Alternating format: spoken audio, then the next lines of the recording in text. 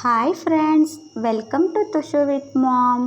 ಇವತ್ತಿನ ವಿಡಿಯೋದಲ್ಲಿ ದಂಟಿನ ಸೊಪ್ಪಲ್ಲಿರೋ ದಂಟನ್ನು ಯೂಸ್ ಮಾಡಿಕೊಂಡು ತುಂಬಾ ಈಸಿಯಾಗಿ ಕೇವಲ 15 ನಿಮಿಷದಲ್ಲಿ ಸಾಂಬಾರನ್ನ ಯಾವ ರೀತಿ ಮಾಡೋದು ಅಂತ ನೋಡೋಣ ಬನ್ನಿ. ಮೊದಲನೇದಾಗಿ ನಾನಿಲ್ಲಿ ದಂಟನ್ನು ಸೊಪ್ಪನ್ನೆಲ್ಲ ತೆಗೆದುಬಿಟ್ಟು ಬರೀ ದಂಟನ್ನು ತಗೊಂಡು ವಾಶ್ ಮಾಡಿ ಚಿಕ್ಕ ಚಿಕ್ಕದಾಗಿ ಕಟ್ ಮಾಡಿಟ್ಕೊಂಡಿದ್ದೀನಿ. ಹಾಗೆ 2 ಟೊಮೆಟೊ ತೊಗೊಂಡಿದ್ದೀನಿ ಹಣ್ಣಾಗಿರೋದು.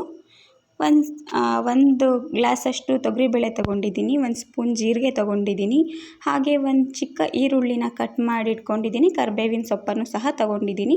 ಹಾಗೆ ಇಲ್ಲಿ ಸ್ವಲ್ಪ ಅರಿಶಿನ, 1 ಸ್ಪೂನ್ ಸಾಂಬಾರ್ ಪೌಡರ್, ಸಾಸಿವೆ ತೊಗೊಂಡಿದ್ದೀನಿ, ರುಚಿಗೆ ತಕ್ಕಷ್ಟು ಉಪ್ಪು ಹಾಗೂ ಮಾಡೋದಕ್ಕೆ ಎಣ್ಣೆ ತೊಗೊಂಡಿದ್ದೀನಿ.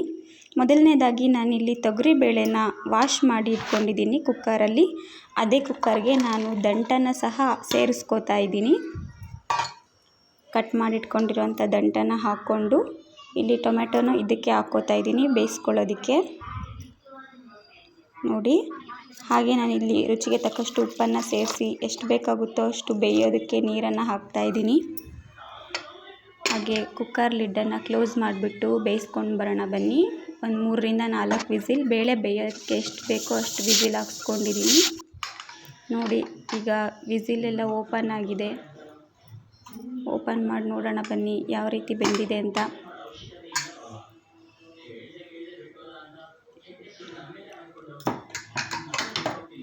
ನೋಡ್ತಾ ಇರ್ಬೋದು ಚೆನ್ನಾಗಿ ಬೆಂದಿದೆ ಅಂತ ನೋಡಿ.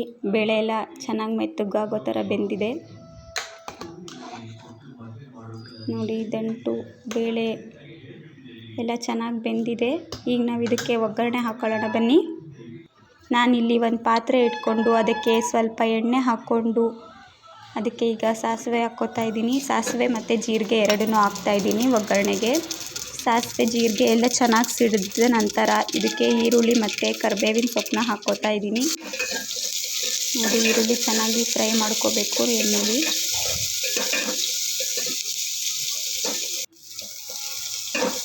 ನೋಡ್ತಾ ಇರ್ಬೋದು ಇಲ್ಲಿ ಫ್ರೈ ಮಾಡ್ಕೋತಾ ಇದ್ದೀನಿ ಈರುಳ್ಳಿನ.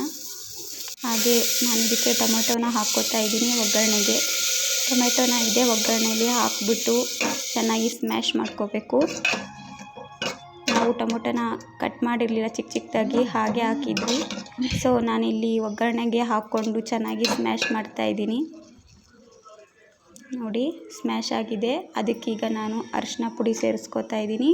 ಅರಿಶಿನ ಪುಡಿ ಹಾಗೆ ಸಾಂಬಾರು ಪುಡಿ, ಇದು ಖಾರದ ಪುಡಿನೂ ಮಿಕ್ಸ್ ಆಗಿದೆ. ನೀವು 2 ಸಪ್ರೇಟ್ ಅಂದರೆ ಸಾಂಬಾರು ಪುಡಿ ಖಾರದ ಪುಡಿ ಎರಡನ್ನೂ ಹಾಕಬೇಕಾಗುತ್ತೆ. ನಾನಿಲ್ಲಿ ಎಲ್ಲ ಮಿಕ್ಸ್ ಆಗಿರೋದ್ರಿಂದ 1 ಸ್ಪೂನ್ ಸಾಂಬಾರು ಪುಡಿನ ಹಾಕಿದ್ದೀನಿ. ನೀವು ಖಾರ ಎಲ್ಲ ನೋಡ್ಕೊಂಡು ಹಾಕ್ಕೊಳ್ಳಿ. ನಾವು ಇದಕ್ಕೆ ಈಗ ನೀರನ್ನು ಹಾಕ್ತಾಯಿದ್ದೀನಿ ನೋಡಿ. 1 ಗ್ಲಾಸಷ್ಟು ನೀರನ್ನು ಹಾಕಿ ಈ ಪೌಡರ್ದು ಸ್ಮೆಲ್ಲೆಲ್ಲ ಹೋಗೋವರೆಗೂ ಸ್ವಲ್ಪ ಕುದಿಸ್ಕೋಬೇಕಾಗುತ್ತೆ ಇದನ್ನು ನೋಡಿ. ಕುದೀತಾ ಇದೆ. ಈಗ ಬೇಯಿಸಿಟ್ಕೊಂಡಿರೋಂಥ ಬೇಳೆ ಹಾಗೂ ದಂಟನ್ನು ನಾವು ಇದಕ್ಕೆ ಸೇರಿಸ್ಕೋತಾ ಇದ್ದೀನಿ.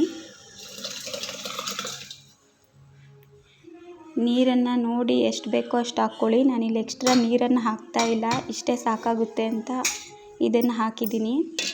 ಉಪ್ಪು ಖಾರ ಎಲ್ಲ ಚೆಕ್ ಮಾಡ್ಕೊಳ್ಳಿ. ಈ ಟೈಮಲ್ಲಿ ಏನಾದರೂ ಕಮ್ಮಿ ಆಗಿದ್ರೆ ಹಾಕ್ಕೊಳ್ಳಿ. ಉಪ್ಪೆಲ್ಲ ಪರ್ಫೆಕ್ಟಾಗಿತ್ತು, ಸೊ ನಾನೇನು ಎಕ್ಸ್ಟ್ರಾ ಉಪ್ಪೆಲ್ಲ ಹಾಕ್ತಾಯಿಲ್ಲ. ನೀವು ನೋಡ್ಕೊಂಡು ಹಾಕ್ಕೊಳ್ಳಿ. ಇದು ಸ್ವಲ್ಪ ಕುದಿಬೇಕು. ನಾನಿಲ್ಲಿ ಪ್ಲೇಟನ್ನು ಕ್ಲೋಸ್ ಮಾಡಿಬಿಟ್ಟು ಬಿಡ್ತಾಯಿದ್ದೀನಿ ನೋಡಿ. ಕುದೀತಾ ಇದೆ. ಈಗ 10 ನಿಮಿಷ ಆದಮೇಲೆ ಚೆನ್ನಾಗಿ ಕುದೀತಾ ಇದೆ. ಅಷ್ಟೇ ಫ್ರೆಂಡ್ಸ್, ಮುಗೀತು, ಸಾಂಬಾರು ರೆಡಿ.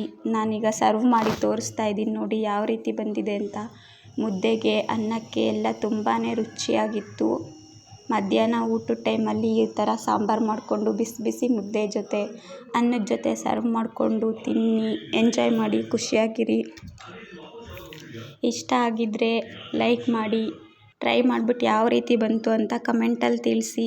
ಹಾಗೆ ಯಾರ್ಯಾರು ಸಬ್ಸ್ಕ್ರೈಬ್ ಮಾಡದೆ ಹಾಗೆ ನೋಡ್ತಾ ಇದ್ದೀರಾ, ಪ್ಲೀಸ್ ಸಬ್ಸ್ಕ್ರೈಬ್ ಮಾಡಿ ಅಂತ ಹೇಳ್ತಾ ಥ್ಯಾಂಕ್ ಯು ಫಾರ್ ವಾಚಿಂಗ್.